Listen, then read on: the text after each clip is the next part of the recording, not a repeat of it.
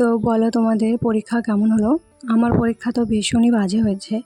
প্রশ্ন যে এতটা হার্ড হবে এটা আশা করিনি। ভেবেছিলাম একটু হয়তো হার্ড হবে, তবে এতটা হার্ড হবে এটা আশা করিনি একদমই। আগের বারের তুলনায় এবছর তো আমার রেজাল্ট আরও অনেকটাই খারাপ হয়েছে। সো কী করব বুঝতে পারছি না, আমার ভীষণই খারাপ লাগছে। এবার প্রশ্ন তো হার্ড হয়েছে ঠিকই, তবে আমরা কিন্তু এবার সময়টাও অনেকটাই কম পেয়েছি। আমার মনে হয় আর যদি শুধু 2-1 মাস সময় পেতাম তাহলে হয়তো বা চান্স পেতাম। তবে যাই হোক, যেটা হয়নি, যেটা হয়ে গেছে সেটা নিয়ে তো আর বসে থাকলে চলবে না। তো আমি ঠিক করেছি 25 কেন বলছি, 27-এর জন্য আবার নতুন করে শুরু করব। সো এবার আর সেরকম ফাঁকিবাজি করলে তো চলবে না।